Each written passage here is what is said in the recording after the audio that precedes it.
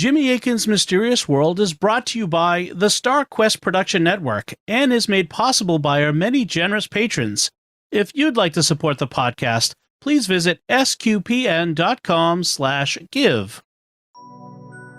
You're listening to episode 234 of Jimmy Akin's Mysterious World, where we look at mysteries from the twin perspectives of faith and reason. In this episode, we're talking about listeners' weird questions for Thanksgiving. I'm Dom Bettinelli, and joining me today is Jimmy Akin. Hey, Jimmy. Happy Thanksgiving, Dom. Happy Thanksgiving. So it's the day after the U.S. holiday of Thanksgiving, so as is our custom, we're bringing you another episode of Weird Questions with Jimmy and Cy Kellett of Catholic Answers Live. Jimmy, what topics are you going to be answering questions about today? Well, we're going to be talking about lucid dreaming and morality. Would aliens worship Jesus Christ? Could there have been life in space immediately after the Big Bang? Would matter from the other side of the Big Bang be visible? Who sits at God's left hand? Would it be presumptuous to time travel to the future? Would you die if you touched the Blessed Virgin Mary? What is your level of responsibility for things you do in a trance? Will mental and physical disabilities exist in heaven? Could you kidnap Martin Luther to prevent the Reformation? And does the St. Gertrude prayer prove the existence of alien life? Those are interesting questions. So now let's listen to your answers. Hello and welcome to Catholic Answers Live. When you hear that music, you know something good is about to happen. That's our Weird Questions with Jimmy Akin music from Eric and Nato, who wrote that music and produced that music for us. Thank you, Eric and Nato. Jimmy Akin, senior apologist here at Catholic Answers. Hello and welcome. Hello, Cy Kellett, and welcome. All right, you ready for some weird questions, Jimmy? Yeah, absolutely. All right, this one comes from Anonymous. Suppose there is a person that, while they are asleep and dreaming, has the capacity to recognize that they are having a dream and to guide their actions within the dream. How would sinful actions in their dream affect their regular life? Do you want me to keep going? Yeah, go ahead. Okay. For example, if a person is married and one night had a dream with a celebrity in it that they find attractive, would it be sinful to act on their feelings within the dream? If it's not inherently sinful, would it maybe just be a bad idea because it might open the door to similar behaviors in their regular life? Okay, so having control of what happens in your dreams is a real phenomenon. It's known as lucid dreaming, okay, where you realize you're in a dream and you can exert control over it potentially, or you just wake up once you realize you're in a dream. But as soon as you realize you're in a dream, it's a state of lucid dreaming. This technique can be learned. And so it is possible for people to do this kind of thing voluntarily.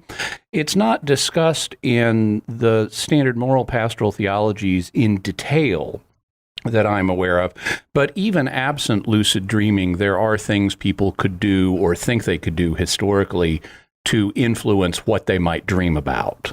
You know, okay, even if you're not in a dream state and you're not in control of it, you could kind of prep yourself for a dream, being in a dream state before you actually go to bed, or as you're lying in bed. And the conclusion that moral theologians have come to on this question is, if you are prepping yourself for having dreams about behavior that would be sinful in real life, it would be sinful to do that, because essentially you're setting yourself up for a future fantasy of a sinful nature. And Jesus said, you know, if you commit adultery with a woman in your heart, it's still a sin. Yeah. So this would be like priming yourself for having that kind of fantasy in a dream state, and it doesn't therefore relieve you of moral responsibility. Right. The same thing would be true if you're in a dream state and you are in full control of yourself morally and choose to make the dream go in an immoral direction. Yeah. But that's actually a bit of a different question, because you may not be in full moral control of yourself. You may only be partially in control. So in order to commit a mortal sin, you have to have the deliberate use of reason. And even though it may feel at times in dreams that you have the deliberate use of reason, you really don't. It's kind of like when people are drunk and they may feel fully in control of themselves, but they're not. Right. Okay. And, Gotcha. And so if you're having a lucid dream and you make a decision on the spur of the moment, that's not something you had planned before going to sleep, you may not have the moral control over yourself that you think you do. Oh, okay. All right. So if you become aware in a dream that you're dreaming, that's called a lucid dream. Yes. All right. I did that one time. Only one time, though. Oh. And when I was a kid, I had a dream and I realized that it was a dream and I wanted to get out of it. And I thought, well, the only way to do that is to pop the sky. Okay. Like I thought, like it was like a bubble of dream. I had to pop it. Okay. But I couldn't figure out how to pop the sky. So I don't know. I don't know what happened after that. I have lucid dreams periodically. I normally don't have much control over them, though. I tend to either think, oh, it would be neat for this to happen, and then it doesn't. Yeah. Or I just wake up once I realize it's a dream. Oh, yeah. But it is a trainable skill. And it can be useful for people like who have post-traumatic stress disorder or chronic nightmares. Yeah, to learn how not to do certain exactly. things. Yeah, go in a different direction. Anonymous, thank you very much for that question. Let's up next is John. I'm just going to Darren. I'm correct, right? I'm going to John next. Okay. I saw this morning in a discussion with Father Mark Goring about aliens. My question is this: if there are aliens out there and they're just God's creatures like us and the angels, as Jimmy Akin said, they'd also worship the one true God, the Trinity, just as we do, right? Okay, so that's the first part of his question. There's another part, but in response to the first part of his question, so he's referring to an interview I did with Father Mark Goring on YouTube about aliens. And if intelligent aliens exist, we don't know what their religion would be any more than we would know what an uncontacted tribe here on Earth would have as their religion. So with some tribes, God may have revealed himself to them. He may or may not have revealed the Trinity to them because, there was a time here on Earth with the Jewish people before the Trinity had been clearly revealed. So he might reveal himself to people on another planet in the same way he had revealed himself to the Jewish people before the time of Christ. He might have revealed the Trinity to them the way he did at the time of Christ. Right. He might not have revealed himself to them the way the tribes, for example, in the Americas were in the first century. So we really don't know. I would guess that for most races, he's made himself known in some way, but the details could vary from race to race. Okay, so the second part of his question, but the second person of the Blessed Trinity would have what for them would be an alien body, the God-man Jesus Christ. I mean, how would they deal with a God who looked like us and not like them? Wouldn't that be kind of weird for them? Well, it could be kind of weird for them. That would depend on their sense of aesthetics, and presumably their sense of aesthetics would be based on the life forms on their planet. And so to learn that God had incarnated as a human and only as a human could seem weird to them. On the other hand, it's really just an extension of a principle we have here on Earth, because even within the one human race, we have subraces. And Jesus incarnated as only one subrace. He incarnated as a Jewish person. So if you're from a different culture, if you're not a Jewish person, Jesus is in some way from a different genetic population than you are, even here on Earth. Some genetic populations are closer or more distant to the Jewish genetic population of the first century. So there's a little bit of that principle even here on Earth. It would just be a further extension of it with aliens who are even more genetically diverse from us. Having said that, you'll notice that I mentioned if God had incarnated as a human and only as a human. Yes. But it's not impossible for God to incarnate wherever he chooses because he's omnipotent. And so he could have parallel incarnations on other worlds if he chose to do that. The only one we know about, at least right now, is Jesus, but it's not impossible that he could have incarnated elsewhere. And in fact, there have been science fiction novels devoted to exploring the possibility of what would it be like if Jesus incarnated in another species. Very good. Okay, John, thank you very much. There's a original Star Trek episode that ends with Yeah, that's the sun. bred in circuses, and they find this planet of Romans in the with 20th century technology. Yeah. They keep hearing about these sun worshippers, and the stinger for the episode is when Lieutenant Uhura, who's been monitoring their radio broadcasts, reveals it's not the sun in the sky they're worshiping, it's the Son of God. Okay, we'll take the internet. And up next, this question comes from Michelle. If all matter were smaller and hotter prior to the Big Bang, like if I think what she's saying is if the whole universe was in a hot, dense state. Yeah. About 13 billion years ago, and then expansion started. Wait. Then could it have contained life forms at those temperatures, or was life introduced after matter cooled enough to support life as we know it? So from our understanding of how hot it was when the Big Bang occurred and very shortly thereafter, it was actually so hot that... how hot was it? Sorry, that's the old Johnny Carson thing. Indeed, yes. It was so hot that the universe actually could not have atoms form. And for the first 300,000 years, the universe was actually dark because light could not propagate. It was so dense. The energy density was so high. And so you didn't actually have the lights turn on until about 300,000 years into the process. And that's what gave us the cosmic microwave background radiation. It's the image of the first burst of light once the universe became diffuse enough to allow light to move from one place to another. That is so weird. So if there was any life at this time, it would have had to be very different from anything we understand as life. Having said that, the universe then decreased in temperature as it expanded, and it did pass through a range where the average temperature would have been consistent, for example, with water-based life. The question would then be, was there enough of the right elements for water-based life to exist when the universe was at the right temperature? And because water is hydrogen and oxygen, and hydrogen was the primordial element that formed along with some helium and a little bit of lithium, but oxygen is element 8, and so oxygen was not produced at the Big Bang or in the wake of the Big Bang, what's called Big Bang nucleosynthesis.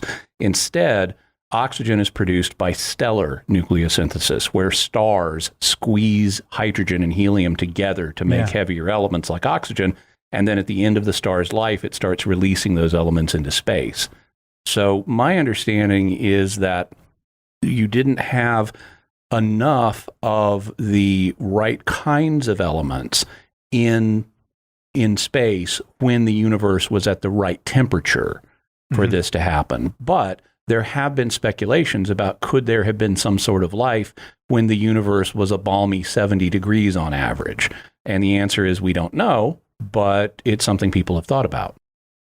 Fascinating. Michelle, thank you very much. And she has a part 2 as well. Here we go. Here's part 2 from Michelle's question. If all matter comes from the Big Bang, I assume that matter was sent in all directions. So are stars and matter that exploded towards the opposite direction from us visible to us and appearing as moving away from us faster than matter, moving in the same direction as we are? What a great question, Michelle. She has a key insight here. It's not quite the way, she's not articulating it quite the way modern cosmologists would, because the way she seems to be visualizing it, it's like all of the matter in the universe was at a single point and then began expanding away from that point. And so far as we can tell, that doesn't appear to be what's happened. Instead, if you think about the surface of a balloon, when it's very small and it's got dots on the balloon, and then you blow up the balloon, well, the dots are all getting farther apart from each other as the balloon expands, but there's not a single point on the surface of the balloon where they're all expanding away from that point. Right. Instead, they're all expanding away from every point on the surface of the balloon. So I wouldn't say that there are, or at least it's not quite the way that astronomers conceive of it, to say there was matter that was moving in the opposite direction from us at the Big Bang. Instead, all the matter started moving away from each other. Having said that, she's right. The farther away you go from Earth, the faster everything seems to be receding, because there's more space, and thus there's more space to be expanding. And so the farther away something is, the faster it appears to be moving away from us. And in fact, some galaxies are so far away from us that they are moving at faster than the speed of light, and we can never see them. In fact, because of the expansion of the universe, every second, I think it is, something like 20,000 galaxies cross that threshold where they are moving faster away from us than the speed of light, and they slip over the cosmic horizon, never to be seen again. And if you ask, well, how can this happen faster than light? Well, matter can't be accelerated to be faster than light, but space is not matter, and so space can expand in a way that over a cosmic distances, something can be moving faster than the speed of light. It's not moving in its own frame of reference faster than the speed of light, but the frame of references between us and them are moving away faster. It's so big. It is really big. You yes. really like the scale of the universe, both on the microscopic level and then on that macroscopic level. It's you really can't hold it in your mind. It's just baffling. Yep. Maybe in your mind. I don't know. Yeah, only with powers of 10. Yeah, right. Okay, Lauren's got a question. It's Weird Questions with Jimmy Akin today. If Jesus sits at the right hand of God, Lauren asks, who sits on the left? Well, we're not told, and it's possible that the answer, hypothetically, the answer could be nobody, because simply saying Jesus sits at the right hand of God doesn't necessarily, because God doesn't literally have hands. Yeah. This is a metaphor. And there's a question of how far do you extend the metaphor? We may not be meant to extend it beyond simply what's given to us, which is Jesus sitting at the right hand of God, implying he has this special place of authority relative to God the Father. However, we know there's a Trinity, and so the Holy Spirit would have something analogous, and consequently, in various images from Christian history, the Holy Spirit is depicted as sitting at God's left hand, since the Son proceeds from the Father, and the Spirit proceeds from the Father and the Son, or through the Son.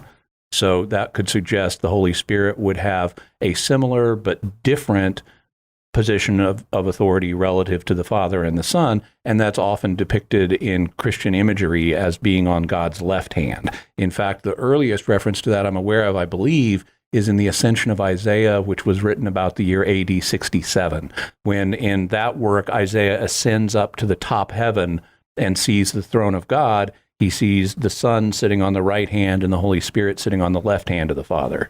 Lauren, great question. Thank you very, very much. It is Weird Questions for Jimmy Akin. Here's one from Colin, and this one's pretty weird too. I was wondering if it would be the sin of presumption to attempt to travel into the future, since we don't know when Christ is returning and can't know that a particular future time will exist. Colin, thinking it through. I like it. Yeah, so I don't think that it would be the sin of presumption, because we're already moving into the future. Yeah. And I mean, that happens every single second. Despite the song, time does not keep slipping into the future. It keeps slipping into the past, because we're moving forward in time. And at some point, we'll hit the second coming of Christ. Now, as we learned from Albert Einstein, it's possible to travel into the future faster from a subjective perspective, because if you go deep into a gravity well, or if you accelerate near the speed of light, time slows down for you, even though it's passing at its normal rate elsewhere in the universe. And so if you and I got on a spaceship and started traveling, let's say at 1 gravity, we're accelerating at 1 gravity, so it's nice and comfortable for us. Right. Gradually, we're going to approach the speed of light, and time will start slowing down for you and me, but it's going to keep passing at its normal rate back on Earth. Mm-hmm. And that means that for us, we're moving into the future faster than we normally are. So it might be a year for you and me on the spaceship, but it would be, say 1,000 years back on Earth. Right, gotcha. And so when we decelerate the ship, it's 1,000 years later, even though it's been only a year for you and me. Well, if we can do that, at some point, the same thing would happen. We'd hit the second coming of Christ, and whenever that occurs, we're going to have to deal with the consequences. And so let's suppose we had planned a voyage that wouldn't get back to Earth until after the second coming, because we don't know when that is. So let's say the second coming is going to happen in the year 2500, but we've planned on getting back in 3000. Well, presumably, since we're humans, we're tied into, we're going to have our judgment when the second coming happens. So Jesus comes back in the year 2500, and you and I are grabbed, just like all of the Christians from all over the world are grabbed, according to St. Paul in 1 Corinthians 4, to be with Jesus. So we're yanked off the spaceship, and we experience the second coming. Well, what would happen if we were, like on Doctor Who, we were traveling into the future without passing through all that intervening time, essentially teleporting from now to the year 3000.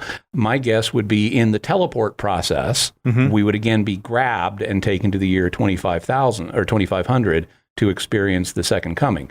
In any event, I don't think it would be presumptuous, because one way or another, Jesus is going to make sure that we get our final judgment and entry into the eternal order. And merely the fact of moving into the future and not knowing when the second coming is going to happen isn't enough to establish presumption, because we're already doing that. Yeah. Okay. Very good. All right. Well, thank you very much for the question, Colin. Appreciate it. And Rob is next. And Rob says, given that Mary is the Ark of the New Covenant, would God have placed a punishment upon touching her, as he did with the Ark of the Old Covenant, a la Uzzah? Okay, so this is referring to an event that occurs in Samuel, where David is having the Ark of the Covenant brought up from a particular location, and they're dragging it on a cart that's being pulled by oxen, and the oxen stumble, and one of the sons of the priest, a guy named Uzzah, touches the Ark with his hands to steady it, because the oxen have stumbled and he doesn't want it to fall on the ground. And Uzzah then dies because he's touched the Ark. So that's what's going on there. Now, people may have the idea that the mere fact Uzzah touched the Ark was like anybody who would touch the Ark would die. Yeah. And that's not the case, because the Ark had previously been captured by the Philistines, and they did not treat it the way they should, but they also didn't immediately die the way Uzzah did. What is clarified in Chronicles is that the reason Uzzah died is because they weren't bringing the Ark, they weren't transporting the Ark properly. Rather than using oxen, they were supposed to insert poles through these rings they had on the Ark, and then the Levites would carry the poles on their shoulders. Right. And they're not doing that. So David clarifies in Chronicles that the reason Uzzah died is because they were disobeying known protocols that God had revealed to the Israelites. So applying that to Mary, or Jesus, who can also be conceived of as the Ark of the Covenant, I don't think you would automatically die for touching them. Right. What you might automatically die for is touching them in some really horrendous way. However, maybe not even then, because the Romans drove spikes through Jesus, and they didn't automatically die when that happened. So even and Jesus is certainly greater than Mary, whether you want to conceive of him also as the Ark of the Covenant or not. Jesus is certainly greater than Mary, and physically torturing him and driving spikes through him did not result in instant death. Right. So I don't think that this is like any other analogy. It can't be pressed beyond its limits, and I don't think we could draw certain conclusions based on just the fact there's an analogy here. Thanks, Rob. Weird Questions with Jimmy Akin continues right after this. This next one comes from Sarah. Sarah says, my girls have a question for Jimmy. They want to know if Bucky Barnes from Marvel would be morally responsible for the violence and mayhem he caused while under a trance. Specifically, would he need to go to confession? Would he go to hell for the crimes he committed while under a trance? Okay, so we should mention who Bucky Barnes is. Bucky Barnes, back in the 1940s, was the sidekick of Captain America.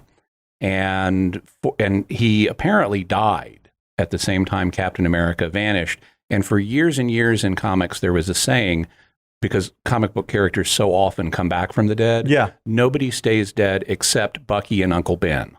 And then But eventually they brought back Bucky, and they gave him a new identity for a while as a character called the Winter Soldier, and that involved some mind control, and then they made a movie about it.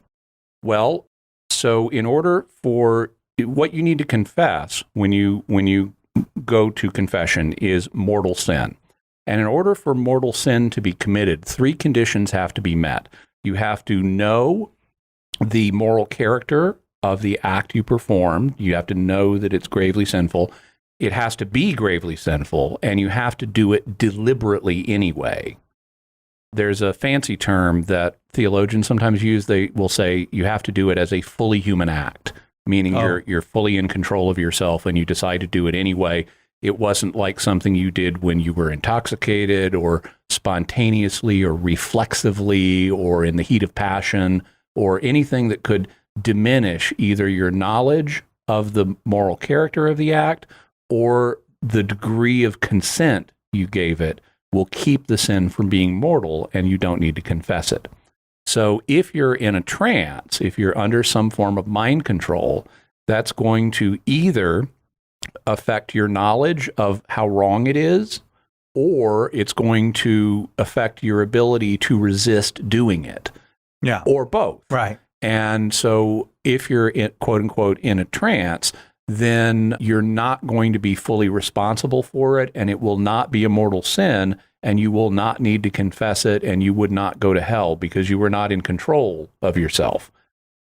Having said that, you may feel bad after getting back into your right mind and realizing what you did when you were out of your right mind. Yeah. Kind of like if you were, let's say you were a sleepwalker and you didn't realize it, but one night you were sleepwalking and you got behind the wheel of your car and you got in a wreck and you killed someone. You feel terrible. Well, even though you weren't responsible for that, you would still feel bad. And so you might need some psychological counseling or spiritual counseling to help you put that in context and get over it, but it wouldn't have been a mortal sin for you. Sarah, thanks very much for the question. And Sarah's girls, thank you very much for that question. I hope that settles your mind as far as Bucky Barnes goes. We'd like to take a moment to thank our patrons who make this show possible, including John Michael S., Mary B., Dawn and Michelle E., Marie L., and Marty T. Their generous donations at sqpn.com/give make it possible for us to continue Jimmy Akin's Mysterious World and all the shows at StarQuest. You can join them by visiting sqpn.com/give. Jimmy Akin's Mysterious World is also brought to you in part through the generous support of our sponsors, including Aaron Ferguson Electric and Automation at aaronv.com, AARONV.com, making connections for life for your automation and smart home needs in North and Central Florida. And by Catechism Class, a dynamic weekly podcast journey through the Catechism of the Catholic Church by Greg and Jennifer Willits. It's the best book club, coffee talk, and faith study group all rolled into one. Find it in any podcast directory. Up next is a question from Paul. Paul writes, Jimmy, after my 6-year-old was born with Down syndrome, I wondered if he would have Down syndrome in heaven or in his resurrected body. At first, I thought not, since it's caused by an extra chromosome in the body, which is not part of the soul. But I've recently come to understand that the church says our bodies are a fundamental part of our eternal existence, and certainly our intellectual capability affects our desire and ability to seek God. Will people with intellectual or physical disabilities have the same or similar disabilities in heaven or after they are resurrected from the dead? And would his intellectual disability necessarily get him a get out of hell free card? So in regard to the first question, the church doesn't have a specific teaching on this, but the general understanding of theologians is that any disabilities we have in this life will not affect us in heaven. I mean, at least the historical speculation from theologians like Aquinas and other people was that our resurrected bodies will be perfect. They'll neither have the limitations of youth nor the limitations of old age, and they won't have diseases. They'll be basically in perfect adult prime condition. Having said that, we do know that in Jesus' resurrected body, he, at least at times, manifested the wounds from the cross, because Thomas puts his finger into them, in John chapter 20. Right. On the other hand, other times when Jesus appears and they don't recognize him, they don't notice any wounds. So it looks like for Jesus, the wounds may come and go. And as a result, my personal speculation would be that bedrock condition of being in heaven is any limitations we have in this life, like Down syndrome or other things, will not affect or will not diminish the happiness we have in heaven. Mm-hmm. That's the bottom line one. We're not going to be suffering in heaven. And we likely or may well be able to manifest in different ways, like it seemed Jesus did, where we could appear kind of any way we want to. So I would say if Jesus wanted to manifest his nail wounds, he could. I would suggest if he wanted to appear as a young man, he could, or a baby, he could. I would think our physical forms are going to be subject to our wills at that point, and we can manifest them however we like. That's my guess anyway. That's not church teaching. And then the second part, he wants to know. Yes. So in this life, someone with Down syndrome is not going to have the full use of reason, and as a result, will not be able to commit mortal sin in this life. So if the person has the grace of God in their soul, such as through baptism, then they're not capable of excluding the grace of God from their soul, and thus they would automatically go to heaven. Paul, thank you very much. God bless you and your son. I hope that both of those answers were helpful to you. Kevin wants to know this. If I happen to have a time machine and went back to the 16th century, would I be morally justified in kidnapping Martin Luther and bringing him back to my own time in order to stop the Reformation?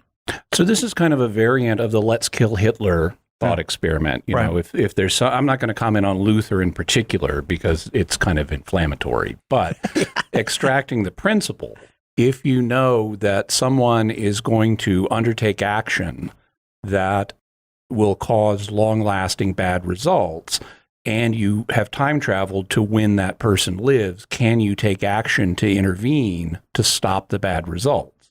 Yeah. Well, it's going to depend on how time travel works.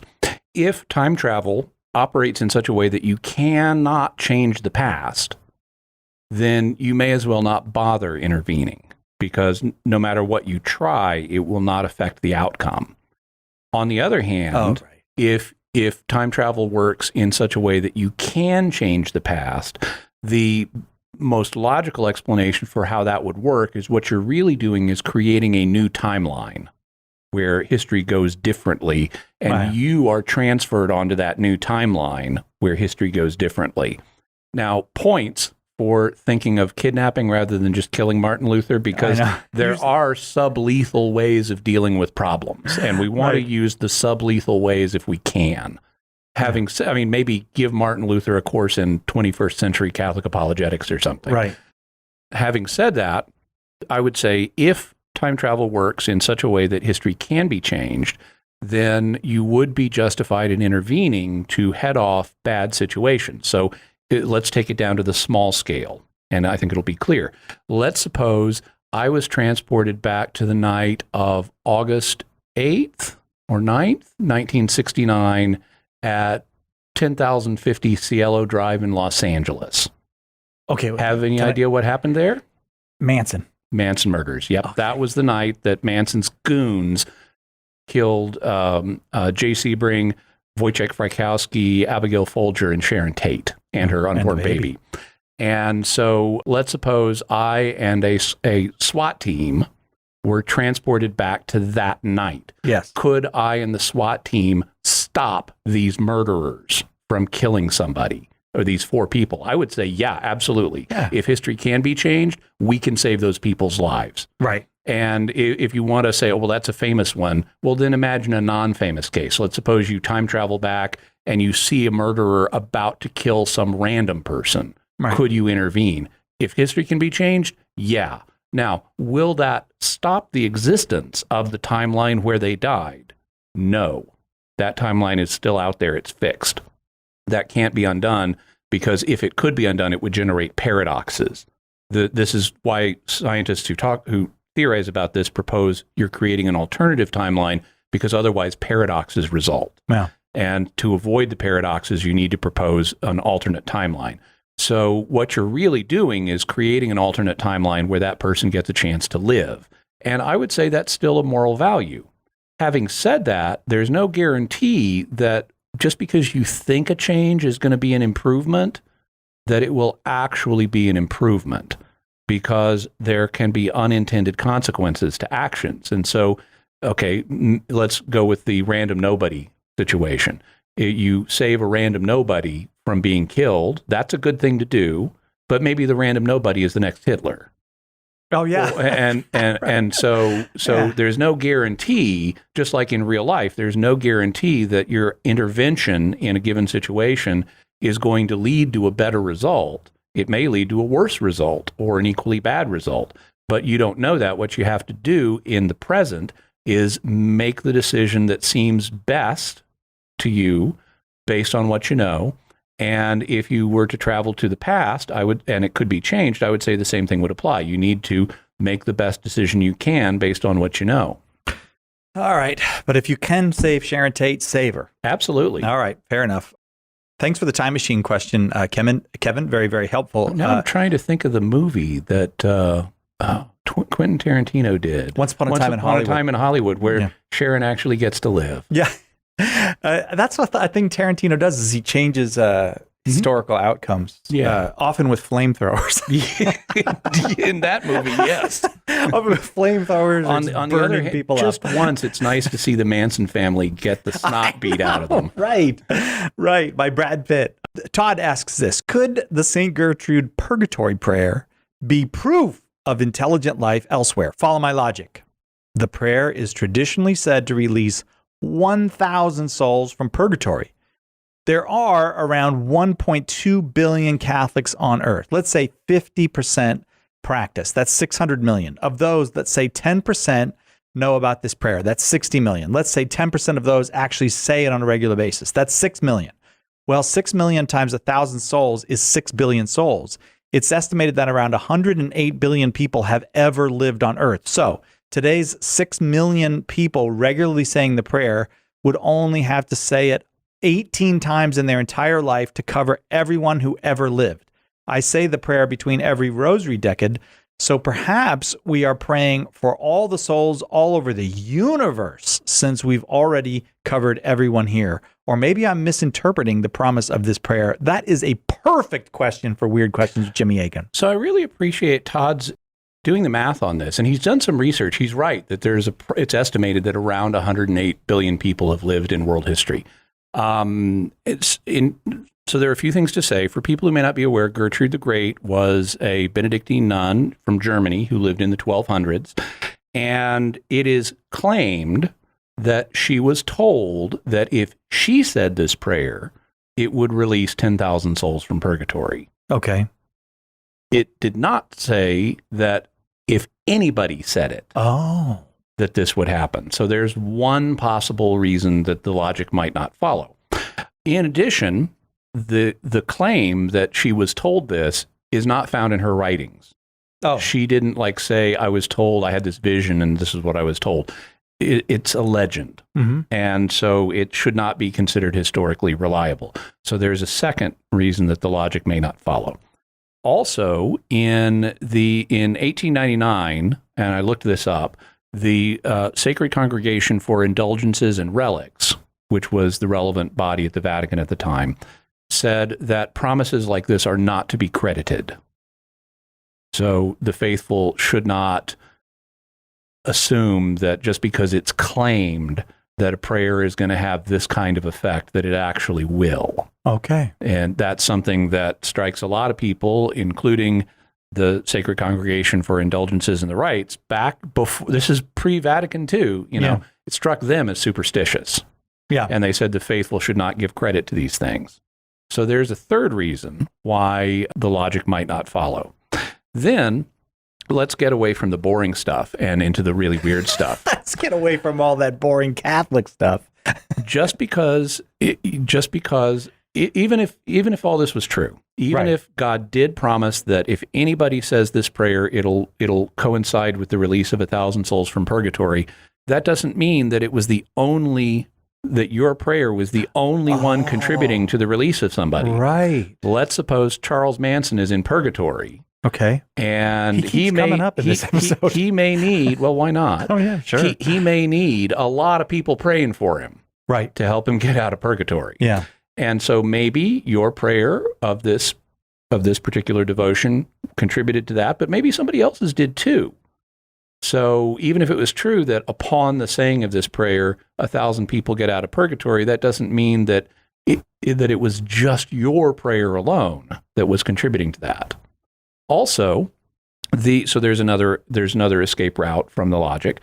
Also, who says that Todd has proposed other creatures out elsewhere in the universe could be being released from purgatory. Yeah.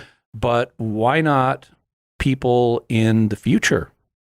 Because God is outside of time. Oh, yeah, right. And so even though there's only been 108 billion, there will be a point in the not too distant future where there's been 216 billion people. Yeah. Or even more than that. So it could be people in the future are getting released. 432 billion. Yeah, indeed. That was quick. 864. Okay, you win. I'm not playing anymore. Okay. Also, if alternate timelines are real, it could be people in alternate timelines. Yeah. And it could be people in other dimensions.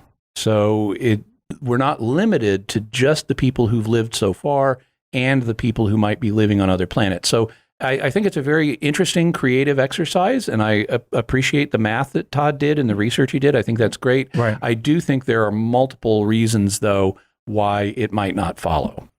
And in fact, I actually do. I don't know if I've mentioned this. I think I maybe have once or twice, but I have a private devotion that I've come up with on my own.